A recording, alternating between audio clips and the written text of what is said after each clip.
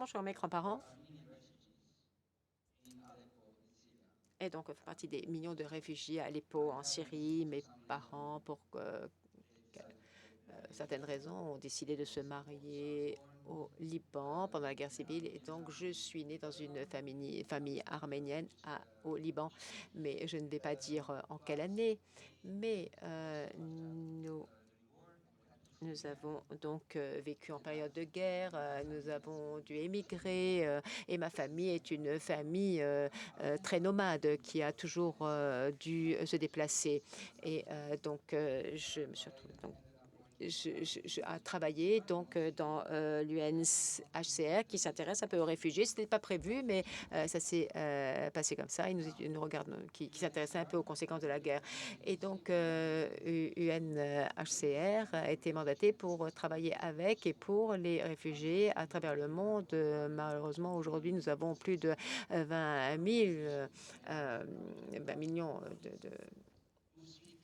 de personnes et travaillons maintenant avec beaucoup de personnes donc dans notre structure qui parlent plusieurs langues pour pouvoir travailler avec tous ces réfugiés et nous pouvons essayer de trouver des solutions. Et c'est le contexte dans lequel nous faisons de l'innovation dans les zones de conflit la plupart du temps avec là où les communautés se trouvent. Nous faisons face à différents problèmes de l'inclusion numérique. Et il y a certaines personnes qui ne sont pas connectées et donc nous nous rendons dans les différents environnements et avec la technique, eh bien, nous pouvons vraiment nous rendre sur place et nous pouvons résoudre les problèmes auxquels les gens font face. Et donc aujourd'hui, puisque nous parlons de l'intelligence artificielle, alors eh bien, je vais vous parler de ce que nous explorons à l'heure actuelle. Nous n'avons pas de solution, mais nous explorons certaines solutions.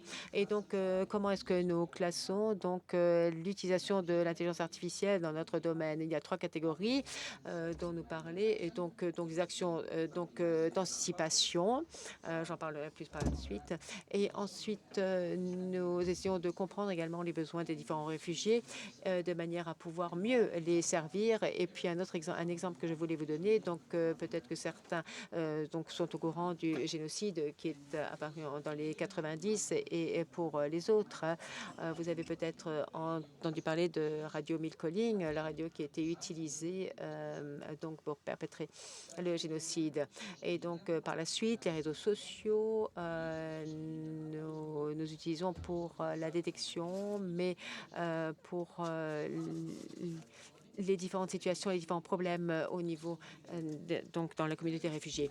Le troisième projet, eh bien, c'est essayer d'améliorer donc les services humanitaires, essayer de débanquer un peu les situations et créer un peu de situations positives.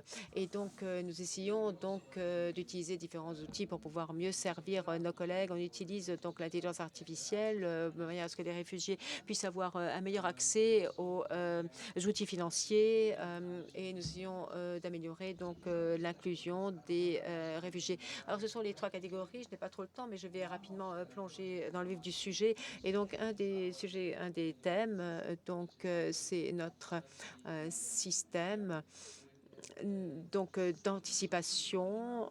Donc le système et donc c'est un système de prévention mondiale et de manière à ce que l'on puisse répondre à la crise humanitaire. Donc on collecte des données de différentes sources et on utilise donc des sources traditionnelles et non traditionnelles. On essaie de tirer avantage. On crée des logiciels et qui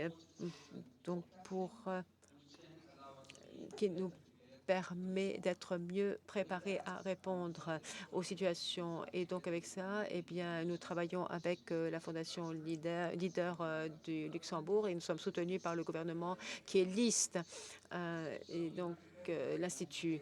Et donc nous avons préparé une petite vidéo pour vous et nous pouvons peut-être regarder la vidéo maintenant.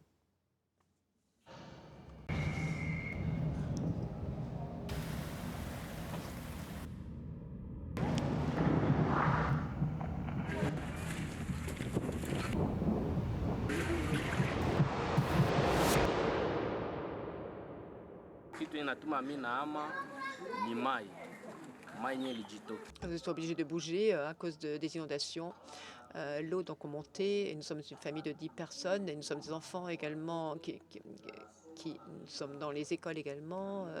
Je suis également un étudiant, et ce qui fait qu'on arrive souvent en retard en classe. Lorsque nous sommes arrivés ici, nous n'imaginions jamais que les eaux pouvaient atteindre un tel niveau. Mais l'eau a continué de monter et donc nous avons décidé de déménager.